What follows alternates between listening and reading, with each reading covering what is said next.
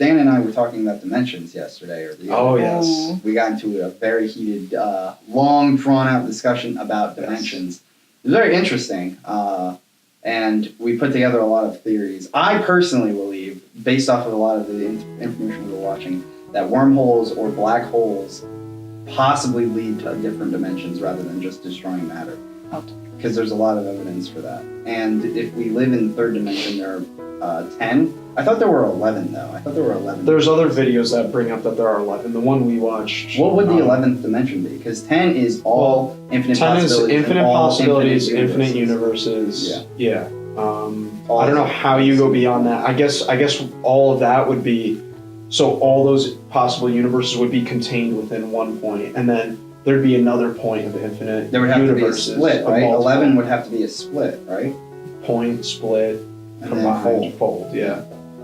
So the whole theory is like the first dimension is a point, and then the second dimension is 2 points connected by a line, and you could have a third one even as a split, and then the third dimension is when you add depth into it, and then the fourth one is time as a point, and then the fifth one is 2 points of time. 2 points in time. So and then the sixth one is all points of time. But the overall cycle was it starts as a point of something, and then it splits, and then it folds. And the folding is essentially multiple dimensions, right? And in a way, the split is duplicating that same thing. Yeah. So for time split, it would be like you when you're like 6 years old and you when you're 50 years old. And then if you were to fold that, it would be you meeting your 6-year-old self as a 50-year-old. At all times, at all points in time. At all, yeah. What does that even mean? I don't know. Well, then 7, 8, and 9 are all infinite universes, and it's the same concept. Mm-hmm. One infinite universe with all infinite possibilities, and then multiple different ones, and then all of them folded on top of each other as the 9th dimension. The 10th is a point of all infinite universes within all infinite possibilities. It's like mega complicated. Oh, I feel like I'm inside Jimmy Neutron's brain right now. Brain blast! And it's interesting because like the reason we can't see stuff in the 4th dimension is because like we're living right now in the 3rd dimension.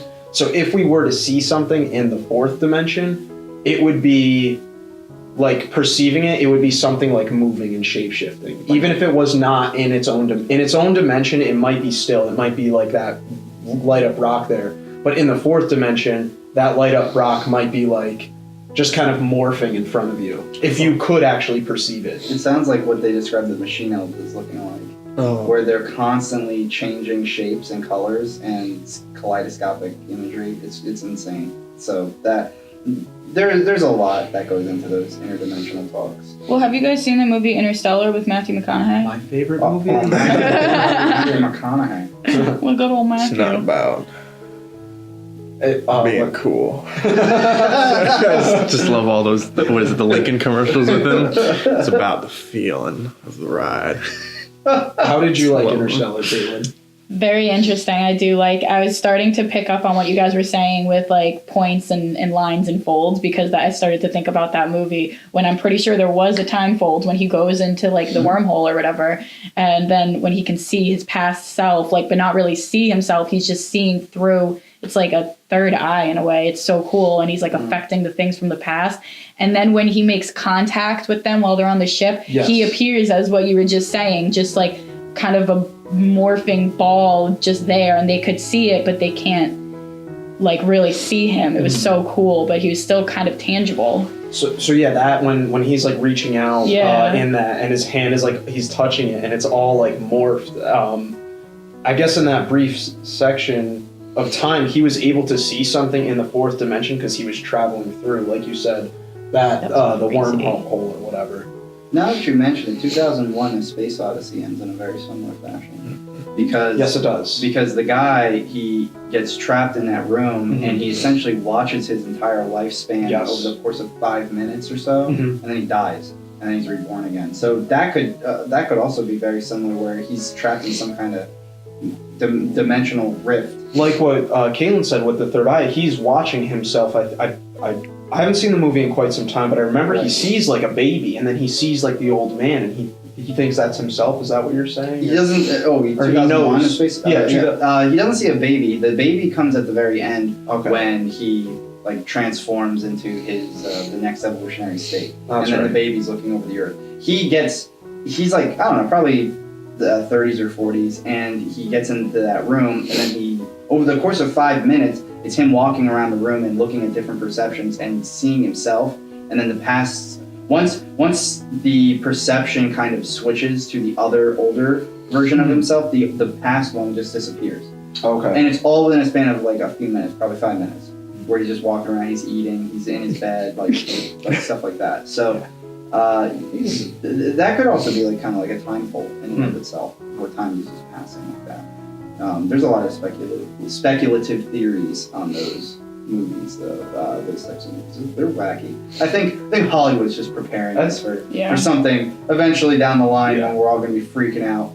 They're also like a 3-hour commitment too. Yeah. Every time you sit down and watch Yep, them. every time. That movie. The Martian was Worth it. such a good one, though. The Martian. That was great. I don't think I still finished that one. I think the last I saw, he got really wrecked on Mars or something. That's pretty much the whole movie. All his crap just explodes. Yep, that's when And I fell asleep. I was just like, that would happen. All right, that's it. He's dead. That's the movie. He's All stuck of with his little nothing but potatoes. potatoes All of his for potatoes. weeks. And And he runs out of salt. He Potatoes. runs out of salt and ketchup. Let me tell you, that's rough. Yeah. Dips him in Vicodin. That is. Ooh. He was Don't know using- about Well, that. like it in ketchup. He was using his own feces. Yep. Right? So, Yeah. And everybody else's. Yep. All the other that's right. It's crews. fertilizer. Poop packets. You gotta do what you gotta do. Gotta do it. Yeah.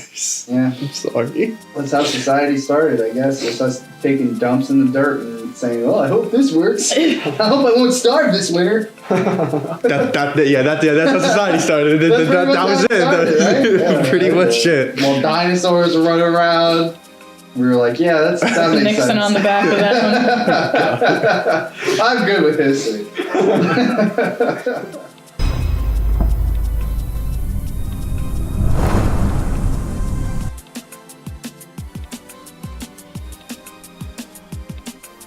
Oh hey! Didn't see you there. Thanks for watching our video. If you like this one, make sure you like and subscribe. And you also comment and have some conversations in that comment section. Ring that notification bell.